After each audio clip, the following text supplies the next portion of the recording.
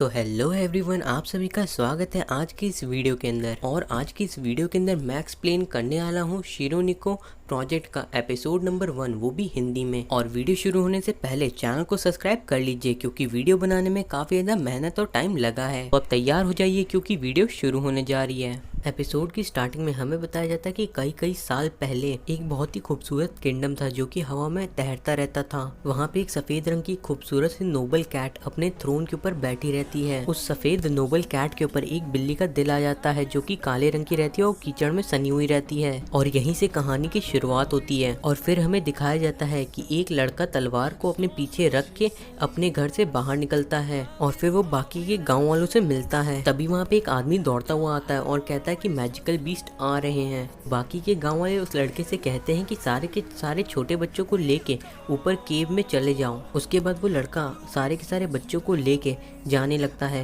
तभी वहाँ पे एक बहुत ही बड़ा सा कीड़े जैसा क्रीचर आ जाता है। लड़का उन बच्चों को बचाने के लिए उस मॉन्स्टर को रोकने की कोशिश करता है लेकिन वो कुछ भी नहीं कर पाता। उस बच्ची की तबीयत खराब हो जाती है तो वो लड़का उसे लेके जाने लगता है लेकिन वो मॉन्स्टर बाकी के दोनों लड़कों को खा जाता है। फिर हमें दिखाया जाता है कि वो लड़का उस लड़की को लेके केव के अंदर पहुंच गया है। गुफा में थोड़ी देर छुपने के बाद वो बच्चा उस लड़की को लेके वापस गांव में आ जाता है लेकिन अब वहाँ पे कोई भी जिंदा नहीं रहता। ये देख के वो लड़का रोने लगता है। मैं इसे बार बार लड़का इसलिए कह रहा हूँ क्योंकि अभी तक हम लोगों को इसका नाम नहीं बताया गया है। तभी हम लोग को दिखाया जाता है कि वहाँ पे एक अजीब सा बड़ा सा आदमी आ जाता है आर्मर पहन के और वो उस लड़के से पूछता है कि तुम क्या कर रहे हो। तो वो लड़का कहता है कि मैं यहाँ पे गड्ढा खोद रहा हूँ, क्या मैं नहीं खोद सकता। और तभी वो लड़का गिर जाता है। तो वो आदमी कहता है कि तुम ठीक तो हो ना। तो वो लड़का कहता है कि मैं बिल्कुल ठीक हूँ, मैं बस कई दिनों से सोया नहीं हूँ। फिर वो आदमी उसे पानी और खाना देता है। वैसे मैं आप लोगों को बता दूं कि वो लड़का गड्ढा इसलिए खोद रहा था ताकि वो सारे के सारे विलेजर्स को उसमें दफना सके। फिर वो आदमी बताता है कि वो डार्क किंगडम का नाइट है। तो वो लड़का कहता है वही किंगडम ना जिसका रूलर किंग ऑफ डार्कनेस है। फिर वो बच्चा उससे पूछता है कि क्या किंग सही कर रहा है। फिर वो आदमी उस बच्चे से कहता है कि तुम्हारे हिसाब से सही क्या है। तो फिर वो लड़का जवाब देता है कि सबको खुश रखना ही सही है। फिर वो आदमी उसे बहुत ही ध्यान से देखने लगता है। अंधेरे के बीच से निकलने वाली रोशनी को देख के मुझे बहुत ही अच्छा लगता है क्योंकि उसे देख के लगता है कि वो दया है बिना भेदभाव के। फिर वो आदमी जवाब देता है अच्छा है। फिर वो आदमी उस बच्चे की ओर एक तलवार निकाल के फेंक देता है। फिर वो आदमी कहता है कि मैं तुम्हें सिखाऊंगा ताकि तुम्हें फिर कभी भी गड्ढा ना खोदना पड़े।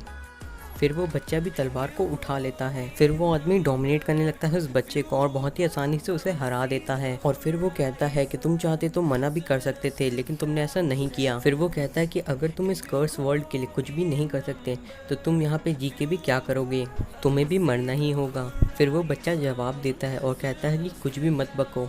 और फिर वो एक बहुत ही अच्छा डायलॉग बोलता है। फिर वो कहता है कि दूसरों को खुश करना इतना आसान नहीं है, तुम्हें बहुत ही ज़्यादा मेहनत करनी होगी और ताकतवर बनना होगा, या फिर तुम जिंदगी भर बस ऐसे ही गड्ढे खोदते रहोगे और इंतजार करोगे कि आसमान से कोई आएगा और तुम्हें बचाएगा। वो लड़का बहुत सारे गुस्से और जोश के साथ कहता है कि मैं किंग बनूंगा चाहे कुछ भी हो जाए। और फिर वो वापस से फाइट बैक करता है और डोमिनेट करने लगता है उस आदमी के ऊपर।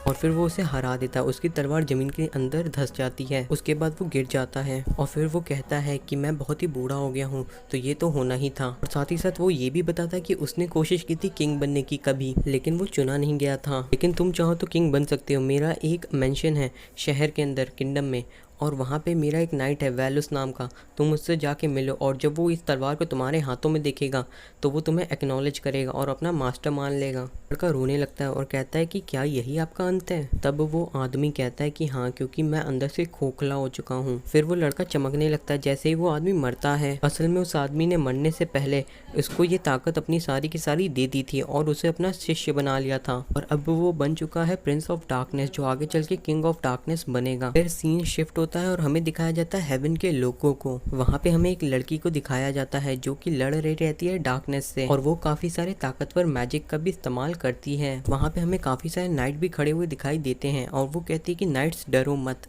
और फिर वो कहती है कि हम इन डार्कनेस के डीमन को नहीं जाने देंगे अंदर व्हाइट किंगडम के। ये बातें सुन के सारे नाइट बहुत ज़्यादा जोश में आ जाते हैं, उन सभी डीमन से लड़ने लगते हैं। और फिर एक हम लोग को लड़की को दिखाया जाता है जो कि मैजिक को कास्ट करती है। उसके मैजिक से सारे के सारे नाइट चमकने लगते हैं और उसके बाद वो सब बहुत ही आसानी से सारे के सारे डीमन को हरा देते हैं। और फिर हमें बताया जाता है कि वो जो लड़की रहती है हवा में उड़ते हुए डार्कनेस से लड़ रही, वो क्वीन रहती है यहाँ की और उसका नाम आइरिस रहता है। उसके बाद हमें दिखाया जाता है कि जो आइरिस रहती है वो अपने बालकनी में खड़े होकर कह रही रहती है कि डार्कनेस और लाइट का बैलेंस होना ज़रूरी है और वो पूरी कोशिश करेगी डार्कनेस को हराने की। फिर हमें उसी लड़के को दिखाया जाता है, वो उसी किंगडम की सड़कों पे घूम रहा रहता है। तभी वहाँ पे एक आदमी आ जाता है और कहता है कि ये तलवार तुम्हारे पास कैसे आई। फिर वो लड़का जवाब देता है और कहता है कि तुम्हें इससे क्या।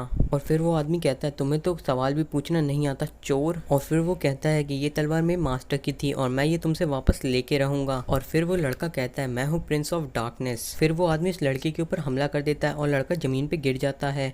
और फिर वो आदमी कहता है तब तो मुझे आपको अपना मास्टर मानना चाहिए। सीन शिफ्ट होता है और हमें व्हाइट किंगडम दिखाया जाता है और फिर हमें सामने एक बहुत ही बड़ा सा हीरा दिखाया जाता है जिसे वो लोग रून ऑफ फाउंडर कह रहे रहते हैं। और फिर क्वीन आइरिस और वो लड़की बात करने लगते हैं और उस लड़की का नाम रहता है सीमा। और उसके बाद सीमा कहती है कि डार्कनेस बहुत ही तेजी से ताकतवर हो रही है। और हमारा ये एपिसोड यहीं खत्म होता है। मैं सीरीज को जल्द ही कंप्लीट एक्सप्लेन कर दूंगा और साथ ही साथ मेरे चैनल के ऊपर आपको काफी सारी नई नई अलग अलग सीरीज भी मिल जाएंगी जिन्हें आप हिंदी में देख सकते हैं। तो आप लोग मेरे चैनल को सब्सक्राइब कर लीजिए और चैनल पे एक बार जरूर जाके चेक करिएगा कि कौन कौन सी नई नई सीरीज आई हैं। तो फिर मिलते हैं अगले एपिसोड में।